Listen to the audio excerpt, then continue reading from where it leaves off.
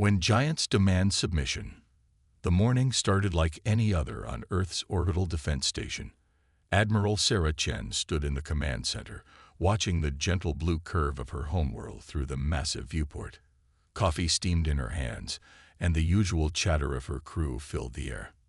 They monitored shipping lanes, tracked asteroid movements, and kept humanity's space highways safe. Then the sensors screamed. "Admiral!" Lieutenant Parks shouted from his station, his young face pale with shock. Massive contact signatures dropping out of hyperspace. Range. My God, range is 40,000 kilometers and closing. Sarah set down her coffee and moved to the tactical display. The hologram showed Earth's orbital space, usually dotted with friendly green markers representing human ships and stations. Now, a wall of red contacts filled the screen. Ships. Hundreds of them. Each one the size of a small city. IFF signals? Sarah asked, though she already knew the answer. Nothing recognized. Admiral. They're broadcasting on all frequencies, though. Incoming transmission. The main screen flickered and changed. Sarah found herself staring at something that made her stomach turn cold. The creature was tall and elegant, with pale silver skin that seemed to shimmer like liquid metal. Its eyes were large and completely black, and when it smiled, rows of needle-sharp teeth gleamed under harsh lighting. "Greetings, inhabitants of this primitive system," the being said. Its voice was musical, but carried an undertone that made Sarah's skin crawl. "I am High Regent Zephyros of the Cytherian Empire. Your species has been selected for integration into our glorious domain." Sarah activated her communicator. "This is Admiral Sarah Chen of Earth Defense Command. State your intentions." The alien's smile widened. "Intentions? How refreshingly direct. Very well. Your species will surrender all military assets immediately. Your colonies will be evacuated, and the populations relocated to designated service worlds. Your homeworld will provide workers, soldiers, and genetic material as required by the Empire. You have 72 hours to comply." The bridge fell silent except for the soft hum of machinery. Sarah felt her crew's eyes on her, waiting for her response. She thought of her daughter Emma, safe in her university dormitory below. She thought of her husband David, buried 3 years ago defending the Mars colonies from pirates. She thought of the billions of humans who had never asked for this day. "And if we refuse?" Sarah asked quietly. Zephyros tilted his head like a curious predator. "Refuse? Why would you refuse paradise? We offer you purpose, structure, meaning. Your chaotic existence will be replaced with glorious servitude to beings far superior to your kind." "That's not paradise," Sarah said. "That's slavery." The alien's expression didn't change, but something cold flickered in those black eyes. Such primitive thinking. Perhaps a demonstration will clarify matters. The transmission cut. Sarah immediately activated the fleet-wide emergency frequency. "All stations, all ships. This is Admiral Chen. We have contact with hostile alien forces. Assume battle stations and prepare for defensive action." But it was already too late. On the tactical display, she watched as a dozen of the massive alien ships broke formation and accelerated toward the outer system. Their target became clear within minutes. New Geneva, a peaceful mining colony on the asteroid belt, home to 40,000 men, women, and children. "Admiral, New Geneva is reporting massive energy buildup from the approaching ships," Parks reported, his voice shaking. "They're requesting immediate evacuation support." Sarah's hands clenched into fists. Her fastest ships were 3 hours away from the colony. The alien vessels would arrive in 30 minutes. "Open a channel to New Geneva," she ordered. The face of Colony Administrator Williams appeared on screen. He was a kind man in his 60s, with graying hair and gentle eyes. Sarah had attended his daughter's wedding 2 years ago. "Admiral Chen, thank God," Williams said. "We're seeing massive ships approaching our position. We're beginning emergency evacuation procedures, but we need time." Sarah's throat felt like sandpaper. Tom, get everyone into the deep shelters. Lock down all systems and broadcast continuous surrender signals. Maybe they'll. She never finished the sentence. The alien ships opened fire. Beams of purple energy lanced out across space, each one bright enough to hurt the eyes even from 40,000 kilometers away. New Geneva's asteroid base, carved from solid rock over decades of patient work, simply vanished. The mountain-sized asteroid cracked apart like an egg, spilling molten rock, and the brief bright flares of atmosphere venting into space. 40,000 people, gone in seconds. The tactical display updated with cold efficiency. No survivors detected. No rescue beacons. No escape pods. Just expanding debris and the slow drift of superheated metal cooling in the void. "Admiral," Parks whispered. Sarah stared at the screen, watching the debris field spread. She thought of William's granddaughter, barely 6 years old, who had asked Sarah to tell her stories about space battles during the wedding reception. The little girl had wanted to be a starship captain when she grew up. The communication system chimed. Zephyros appeared on screen again, his needled smile unchanged. "I trust this clarifies the nature of your choice," the alien said. "Serve willingly or be removed. Resistance brings only death." Sarah looked directly into those black eyes. When she spoke, her voice was deadly calm. "You just murdered 40,000 innocent people." "Incorrect. I removed 40,000 obstacles to efficient integration. The distinction is important." Zephyros leaned forward slightly. "Now then, Admiral Chen, will you be submitting your surrender, or shall I provide further demonstrations?" Every instinct Sarah had developed over 20 years of military service screamed at her to buy time, to negotiate, to find some way to save as many lives as possible. The rational part of her mind calculated the odds. Earth's entire defense fleet against hundreds of ships that could crack asteroids with single shots. It wasn't a fight. It was suicide. But she kept seeing that little girl's face. "Here's my answer," Sarah said. "Go to hell." She cut the transmission and turned to her bridge crew. Young faces stared back at her, faces that should have had decades of life ahead of them. Instead, they looked at her with the desperate trust of people who knew they were about to die. "All stations, this is Admiral Chen." She broadcast on fleet frequencies. "The aliens have given us 72 hours to surrender. They want us as slaves. They've already murdered 40,000 of our people to make their point." She paused, gathering herself. "We're not surrendering. We're not kneeling. We're going to fight." The responses came immediately. Captain Rivera on the destroyer Terra's Wrath. "Understood, Admiral. My crew stands ready." Commander Hassan from the carrier New Tokyo. "We're with you, Admiral. All the way." Ship after ship, station after station. The same message echoed back. They would fight.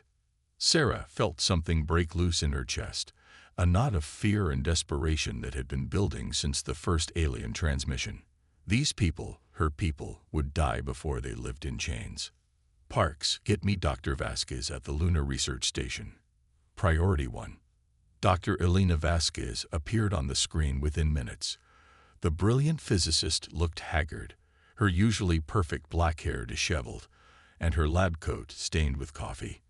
Behind her, Sarah could see banks of equipment and holographic displays showing complex mathematical formulas. "Admiral, I saw the feeds from New Geneva," Elena said without preamble. "Those energy readings, their weapons are at least 50 years ahead of our technology. Maybe more. Can we fight them?" Sarah asked directly. Elena hesitated. In conventional terms, "No. Their ships are too heavily armored, their weapons too powerful. We might destroy a few of them, but they'll exterminate us in return." Sarah felt her heart sink. "So we surrender." "I didn't say that." Elena's eyes hardened. "I've been working on something. Project Prometheus. It was theoretical, too dangerous to test. But," she gestured at the chaos visible through her lab windows, "the Consortium Ethics Committee isn't exactly a concern anymore." "What is it?" A weapon that doesn't just destroy ships or even planets, Elena said quietly. It's a chain reaction weapon. It turns a star unstable, causes it to go nova. Everything in the system dies, but the reaction spreads to nearby systems through hyperspace resonance. It's a weapon that could theoretically destroy entire regions of space. Sarah stared at the physicist. You're talking about genocide on a galactic scale. I'm talking about making the cost of enslaving humanity so high that no one will ever try it again, Elena replied. They want to make us kneel. We burn their worlds. All of them. The bridge had gone completely silent. Sarah could hear her own heartbeat in her ears. The weapon Elena described was horrifying beyond imagination. It would make humanity the most feared species in the galaxy. It would also save them from slavery. How long do you need? Sarah asked. 36 hours to install the device on a fast ship. The delivery system needs to get deep into their territory, find their homeworld. Once it's activated, Elena spread her hands. There's no stopping it, no taking it back. Sarah closed her eyes and thought of New Geneva. 40,000 people who had been alive that morning, going about their daily lives, never knowing they had minutes left to live. She thought of her daughter Emma, down on Earth, probably watching the news feeds in terror. She thought of the billions of humans who would die or disappear into alien breeding programs if the Cytherian Empire won. When she opened her eyes, her decision was made. Do it, she said. Build your weapon. We'll buy you the time you need. Elena nodded grimly. Admiral, once we cross this line, we can never go back. The galaxy will see us as monsters. Sarah looked out the viewport at the debris field that had once been New Geneva. Let them, she said. Better to be feared as monsters than forgotten as slaves. The next 36 hours passed in a blur of desperate preparation. Earth's scattered fleet consolidated around the home system, every available ship recalled from patrol duties and trade missions. The crews worked around the clock, loading weapons, reinforcing armor, and saying goodbye to families they might never see again. Sarah barely slept. She spent the time reviewing tactical plans that all ended the same way: total human defeat. The Cytherian fleet had moved into a standard blockade formation around Earth, close enough to destroy any ship that tried to escape, but far enough out to avoid any desperate ramming attempts. They'd waited with the patience of predators who knew their prey was trapped. On the second morning, Elena's tired face appeared on Sarah's private communication channel. It's done, the physicist said simply. The weapon is installed on the fast courier ship Hermes. Captain Rodriguez has volunteered for the mission. She understands. She won't be coming back. Sarah nodded. Captain Rodriguez was young, barely 30, with a husband and infant son on Mars. She had volunteered anyway, like so many others. Does she know what she's carrying? She knows it's a weapon that will end the war, Elena said. That's enough. 24 hours remained before the alien ultimatum expired. Sarah stood on the bridge of her flagship, watching the enemy formation through the tactical display. Hundreds of ships, each one capable of destroying her entire fleet single-handedly. In a few hours, they would move to orbital bombardment positions and begin systematically destroying Earth's cities until humanity surrendered. Unless Captain Rodriguez succeeded, unless humanity chose to burn the galaxy rather than live in chains. Sarah activated the fleet communication system one final time. All ships, all crews, this is Admiral Chen. In 18 hours, we fight. Not for victory. We all know the odds. We fight so that humanity will be remembered as a species that chose death over slavery. We fight so that no one will ever again think humans are easy prey. She paused, looking at the faces of her bridge crew. These people would die in the coming battle. They knew it, and they stayed anyway. Today, we teach the galaxy that there are fates worse than death. Sarah continued. Today, we show them what humans do when cornered. We don't surrender. We don't compromise. We burn it all down and take our enemies with us. The response from the fleet was immediate and overwhelming. Cheers, war cries, and promises of vengeance filled the communication channels. These people were ready to die. More importantly, they were ready to kill. In the distance, the alien fleet maintained its patient vigil, waiting for humanity's surrender. They had no idea what was coming. They thought they were dealing with a primitive species that would see reason when faced with overwhelming force. They were about to learn why humanity had clawed its way to the top of Earth's food chain. The countdown to the ultimatum continued, each second bringing them closer to a war that would reshape the galaxy forever. When humans chose fire over chains, the ultimatum expired at exactly 800 hours, Earth Standard Time. Admiral Sarah Chen stood on the bridge of her flagship, watching the alien fleet begin its final approach. The Cytherian ships moved with predatory grace, their massive hulls gleaming like silver daggers against the star field. Each vessel was a monument to technological superiority, bristling with weapons that could crack moons.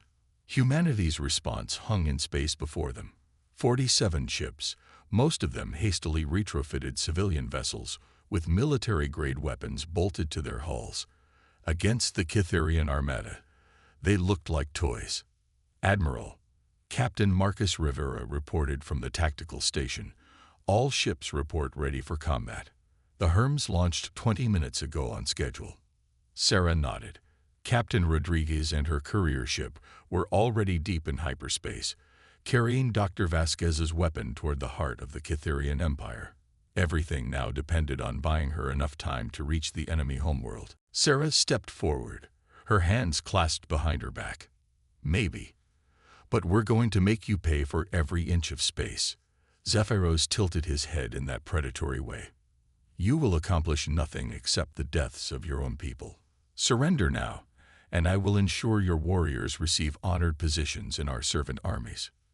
We're not your servants, Sarah replied. We're not your slaves. We're human beings, and we'd rather die free than live in chains. The alien's smile faded slightly. Such primitive thinking. You choose death over paradise. Your paradise is our hell, Sarah said. And if you want this system, you're going to have to burn for it. She cut the transmission and turned to her crew. All ships, weapons free.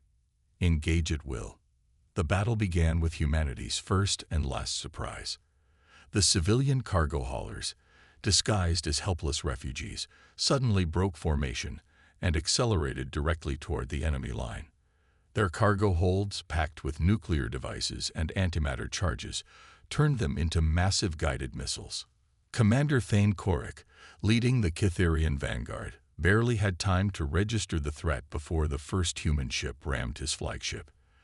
The explosion lit up space like a new star, vaporizing the alien dreadnought and 3 escort vessels in a sphere of nuclear fire. Ramming attacks. Korik's surviving aide reported in shocked tones. They're using their own ships as weapons. 4 more cargo haulers struck home before the Cytherian fleet could adjust their formation. Massive alien warships, pride of the Empire, crumpled under the desperate fury of humans who had nothing left to lose. But the cost was terrible.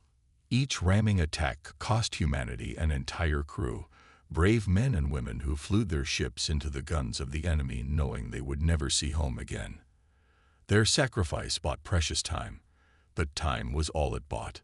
The Cytherian response was swift and brutal.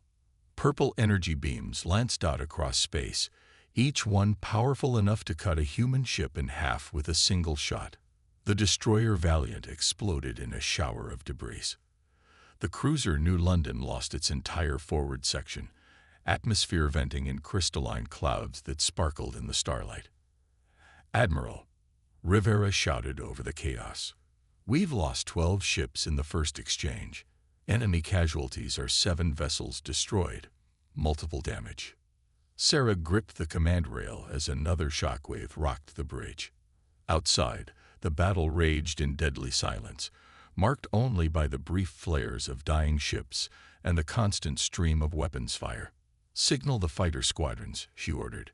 Begin attack pattern Omega. Rivera's face went pale. Attack pattern Omega was suicide. The fighters would burn out their engines in a desperate sprint toward the enemy capital ships, hoping to get close enough to detonate their nuclear warheads against the alien hulls. But every minute they bought was another minute for Captain Rodriguez to reach her target. The fighter attack was beautiful and terrible to watch. 200 small craft, each one piloted by someone's son or daughter, screamed toward the Cytherian line at speeds that would kill them even if the enemy didn't. They came in waves, like schools of metallic fish darting through the void. The aliens tried to swat them down with defensive fire, but there were too many targets moving too fast. Dozens of fighters broke through the defensive screen and detonated against the massive alien hulls. Each explosion was tiny compared to the size of the ships they struck, but the cumulative damage began to tell. Multiple hull breaches on enemy vessels, Rivera reported. They're pulling back 3 damaged ships. Sarah felt a grim satisfaction. The Cytherians were learning that humans didn't fight fair. They fought to win, no matter the cost. But the enemy was adapting too. Commander Korik, having transferred his flag to another vessel, began using his smaller ships as shields, forcing the human fighters to fly through concentrated defensive fire. The casualty rate among the attacking squadrons became horrific. "Admiral," the communications officer called out, "we're receiving a transmission from the Herms." Captain Rodriguez's face appeared on a small screen, her young features drawn with exhaustion. Behind her, the courier ship's bridge showed signs of battle damage. "Admiral Chen," Rodriguez reported, "I've reached the Cytherian home system. The planet it's beautiful. Billions of them down there, living in crystal cities that spiral into the clouds." Sarah felt her stomach clench. Billions of innocent lives, just like the billions on Earth. "Captain," she said quietly, "you understand what happens when you activate the weapon." Rodriguez nodded slowly. "I understand, Admiral. The entire system dies. The chain reaction spreads to their colony worlds. But our children get to grow up free." In the background, Sarah could hear the courier ship systems beginning to overload as Rodriguez prepared the weapon for activation. The young captain's husband and infant son were safe on Mars, but they would never see her again. "For what it's worth," Sarah said, "humanity will remember you as the woman who saved our species." "That's enough," Rodriguez replied with a tired smile. "Activating the weapon now. Long live humanity." The transmission cut.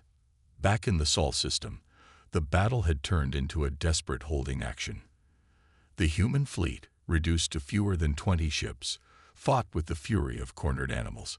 They used every trick they knew. Asteroid fields for cover, debris clouds to mask their movements, even ramming attacks with their own wreckage. But the Cytherian fleet was too powerful. One by one, the human ships died. The carrier New Tokyo lost its flight deck to a direct hit. The cruiser Defiance sacrificed itself to save a damaged frigate. The destroyer Terra's Wrath went down fighting, its guns blazing until the very end. Sarah's own flagship was dying around her. Half the bridge crew was dead or wounded. The main engines were offline, and secondary explosions rocked the ship with each enemy salvo. Through the cracked viewport, she could see the blue curve of Earth, beautiful and helpless. "Admiral," Rivera called out, blood streaming from a head wound. Massive energy buildup from the lead Cytherian vessel. "They're targeting Earth's surface." Sarah closed her eyes. They had failed. Despite everything, despite the sacrifice of thousands of brave souls, the aliens would still bombard Earth into submission. Her daughter Emma was down there, probably hiding in a shelter, waiting for the sky to fall. But then something impossible happened. Every Cytherian ship in the system suddenly stopped firing. The massive alien fleet, which had been pressing its attack with ruthless efficiency, simply stopped. "What the hell?" Rivera muttered, staring at his tactical display. The answer came in the form of a transmission from the enemy flagship. High Regent Zephyros appeared on screen, but he was no longer the confident predator who had demanded humanity's surrender. His silver skin had turned pale, almost white, and his black eyes were wide with something Sarah had never expected to see from him. "Fear, Admiral Chen," Zephyros said, his musical voice now shaking with barely controlled terror. "What have you done?" Sarah straightened in her command chair, ignoring the pain from her injuries. "What we said we'd do. We chose death over slavery." "You've destroyed Kytheria Prime," the alien continued, his voice rising. "Our homeworld is gone. 12 billion souls, Admiral. An entire civilization wiped out in moments." Sarah felt the weight of those words, the magnitude of what Captain Rodriguez had done. 12 billion lives, ended in nuclear fire. But she thought of New Geneva, of the 40,000 people who had died to make a point. She thought of her daughter, still alive on Earth because of Rodriguez's sacrifice. "You started this war," Sarah said quietly. "You chose to make us kneel or die. We chose a third option." Zephyros leaned forward, his needled teeth bared in fury. "You don't understand what you've done. The chain reaction is spreading. It's already reached our core worlds. Billions more will die. Then you understand the price of trying to enslave humanity." Sarah replied, "We don't surrender. We don't compromise. We burn it all down and take our enemies with us." The alien's face twisted with rage and desperation. "You're monsters. You've committed genocide on a scale unimaginable." Sarah looked at the creature who had demanded the slavery of her entire species, who had murdered 40,000 innocents to make a point, who had been prepared to bombard Earth into rubble. She felt no pity. "We're survivors," she said, "and now the galaxy knows what happens when you try to cage us." The transmission went dead. Within minutes, the entire Kytherian fleet began withdrawing from the Sol system, their ships accelerating toward hyperspace jump points with desperate haste. They had received word that the chain reaction was spreading faster than predicted, consuming system after system in the Empire's core territories. The survivors of the human fleet watched in stunned silence as the alien armada fled. Ships that had seemed invincible just hours ago now ran like frightened animals, desperate to escape the spreading wave of destruction that humanity had unleashed. "Admiral," Rivera said quietly, "we're receiving transmissions from across the galaxy. The Kytherian Empire is collapsing. Their core worlds are gone, their fleets are scattered, their government has ceased to exist." Sarah nodded slowly. She felt no triumph, only a bone-deep weariness. They had won their freedom, but at a cost that would haunt humanity for generations. Over the following days, the full scope of the devastation became clear. The chain reaction had consumed 17 star systems before finally burning itself out. The Kytherian Empire, which had ruled over dozens of species for thousands of years, simply ceased to exist. Trillions of beings had died in the space of a week. But word of what had happened spread through the galaxy like wildfire. Humanity, the primitive species that had barely achieved interstellar flight, had responded to the threat of slavery by committing genocide on an unimaginable scale. They had chosen to burn the galaxy rather than live in chains. The surviving alien civilizations watched the collapse of the Kytherian Empire with a mixture of horror and awe.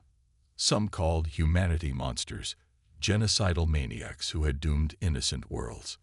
Others saw them as the most dangerous species in the galaxy, too terrifying to provoke. But there was one thing every alien species agreed on: humanity would never be enslaved. The cost of trying was too high. Sarah stood in the rebuilt command center of Earth's orbital defense station, watching the steady stream of ships entering the system. They weren't invasion fleets this time. They were trade vessels, diplomatic envoys, and tribute ships from civilizations that wanted to ensure they never earned humanity's wrath. The galaxy had learned its lesson. Humans didn't surrender. They didn't compromise. When faced with extinction, they chose to take their enemies with them. Captain Rodriguez's daughter would grow up in a galaxy where no alien would dare threaten humanity. The price of that freedom had been paid in the blood of trillions, but it was paid. Earth's children would never know slavery. Sarah thought of the young captain who had flown her ship into the heart of an alien empire, carrying death to billions of innocents to save her own species. History would judge whether Rodriguez was a hero or a monster, but Sarah knew the truth. She was human, and when humanity was backed into a corner, when faced with extinction or slavery, they chose fire. The galaxy would remember. The galaxy would never forget, and humanity would remain free.